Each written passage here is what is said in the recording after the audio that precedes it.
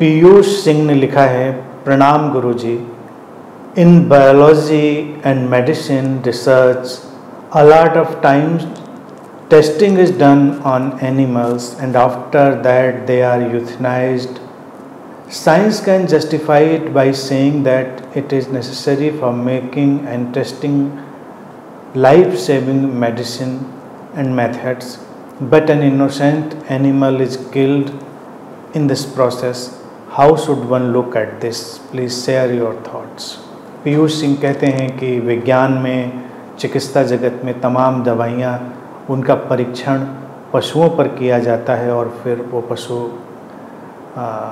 मर जाते हैं, और विज्ञान इसके लिए अपना एक जस्टिफिकेशन भी रखता है कि लोगों का जीवन बचाने के लिए हमको ये करना पड़ता है। लेकिन इस प्रक्रिया में एक निर्दोष पशु मरता है, तो इसको कैसे देखना चाहिए, इस पर क्या कहेंगे?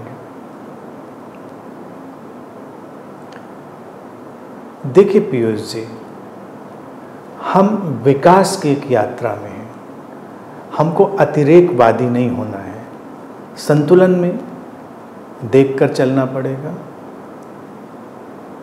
हत्या और ना हत्या, जीवन का बचाना और जीवन का ना बचाना, इन दोनों के बीच बहुत सापेक्ष अंतर होंगे, रिलेटिव डिफरेंसेस होंगे। मनुष्य को बचाने की जब बात आएगी तो हमारी सर्वाधिक जो प्रमुखता होगी वो मनुष्य को बचाने की ही होगी। मनुष्य को बचाने की प्रक्रिया में निश्चित ही कुछ पशुओं का बलिदान भी होगा। सही अर्थों में देखा जाए तो वो भी एक कुर्बानी है पशुओं की। विज्ञान अभी अपने रास्ते ढूंढ रहा है, प्रयोग चल रहे हैं, विकास क्रम की यात्रा है, इसलिए इसमें बहुत उत्तेजित किसी को भी नहीं होना चाहिए। हम ऐसे मॉडल सब कंप्यूटराइज्ड मॉडल्स पे विकसित कर रहे हैं जहाँ पर हम मेडिसिन्स का बहुत सारा टेस्ट आजकल उस कंप्यूटराइज्ड और आर्टिफिशियल इंटेलिजेंस वाले मॉडल्स से भी कर लेते हैं। लेकिन ये फिर भी पूरा सटीक नहीं होगा, क्योंकि अलाइव सिस्टम में, जीवित जो शरीर है उसमें वो दवा, वो वैक्सीन, वो जो भी सॉल्ट है, वो क्या परिणाम लाएगा ये जाना जा सकना कठिन होगा। कोशिश चल रही है, हो सकता है हम आर्टिफिशियल इंटेलिजेंस पर इतना सटीक काम करके कोई ऐसा मॉडल बनाएं जहां पर हम काफ़ी हद तक नज़दीक पहुंच जाएं उसके प्रभावों का अध्ययन करने में। अभी ऐसा नहीं है, तो ऐसा नहीं है इसलिए ये करना पड़ता है। जीवन में बहुत सारी चीज़ें नेसेसरी इविल हैं, नेसेसरी इविल्स को स्वीकार करना पड़ता है। और हम जैसे जीवन में रह रहे हैं वहाँ पर हमारे सामने ब्लैक एंड वाइट में चुनने के लिए कुछ होता नहीं है। हम लेसर इविल का चुनाव करते हैं, कम नुकसान वाली चीज़ों का।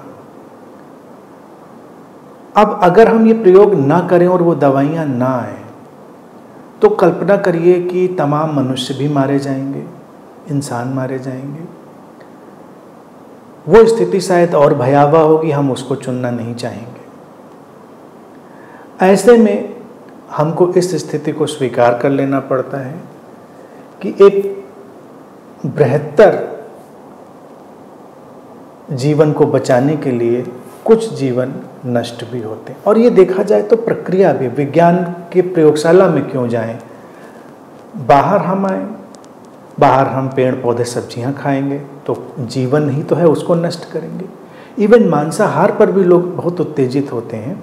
मैंने इस पर भी अपनी बात हमेशा रखी है कि उसमें भी कोई आपत्ति नहीं होनी चाहिए, क्योंकि अभी हमने वनस्पतियां उगाने का इतना उपक्रम नहीं पैदा किया हुआ है कि हम पूरी मनुष्यता को फीड कर सकें। और आदिम काल से मनुष्य मांस पर जीवित रहा है, शुरुआत तो वहीं से हुई। ये अनाज उगाना, वेजिटेबल्स उगाना, ये सब तो बाद में सीखा है मनुष्य ने। तो सर्वाइवल के लिए पहले वो शिकार करता था मनुष्य। आवश्यक था, क्योंकि भोजन चाहिए था, जीना तो है उसको।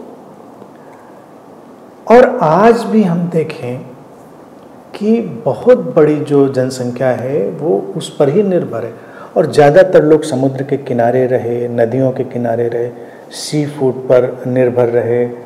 तो अभी भी जैसे ग्लोबल वार्मिंग और ऐसे भी इश्यूज बहुत सारे उठते हैं, तो उसको भी अगर तार्किक रूप से और एनालिटिकली देखेंगे, रिसर्च करके देखेंगे, तो बहुत सारा जो ये कंजम्पशन है वो सी फूड का है मैक्सिमम। उसके बिना जीवित रहना मुश्किल है। अब इवन देखिए, तिब्बत जैसी जगह थी, वहाँ पर तो बुद्धिज्म था, अहिंसा का वो सारा देशना का वातावरण था, लेकिन बर्फ, इतना ठंडा मुल्क, कुछ उगता नहीं है वहाँ पर, तो वहाँ भी मांसाहार उन्होंने स्वीकार किया हुआ था। अब उसमें वो अपना तीन तिकड़म कुछ भी लगाएं कि हम मर गए जीव को खा लेते हैं, जो अपने आप गिर गया, मर गया, उसको खा लेते। और बर्फ़ में तो फ्रीज ही हो जाता था, वहाँ इतनी बर्फ़, इतना टेम्परेचर नीचे जाता था कि अक्सर एनिमल्स फ्रीज हो जाते थे। तो कोई मान लीजिए मर गया, पड़ा हुआ है, उसको निकाल, वहाँ खाना शुरू हो गया। इवन उस जीवन दर्शन में जो अहिंसा को प्रमोट करता है, मनुष्य के जीवन को बचाने के लिए मांसाहार का चुनाव करना पड़ा, क्योंकि कुछ खाने के लिए नहीं था, करना पड़ता है। तो अभी ये करना पड़ेगा, और इसमें कोई भी विचलित होने की ज़रूरत नहीं है। और ज़्यादा से ज़्यादा आप संवेदनशील और करुणापूर्ण होना चाहते हैं, तो जैसे कोई देश अपनी आज़ादी के लिए लड़ाई लड़ता है तो कुछ लोग अपना बलिदान दे देते हैं, आप उनको शहीद कहते हैं या फ्रीडम फाइटर कहते हैं, या आज भी कोई लड़ाई हो तो ऐसे पशुओं को आप शहीद का दर्जा दे दीजिए, कुर्बान होने का उनको दर्जा दे दीजिए, क्योंकि वो किसी काम में आ रहे हैं।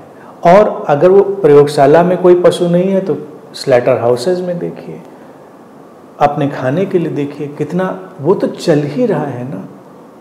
तो यहाँ पर अगर पीयूष जी देखें, क्या है कि एक पशु को हमने खाने के लिए काटा, उससे बेहतर है कि उस पशु ने किसी प्रयोग में भूमिका निभाई और किसी निष्कर्ष पर पहुंचने में विज्ञान को सहायता दी, जिससे आगे आने वाले कितने जीवन बचाए जा सकेंगे।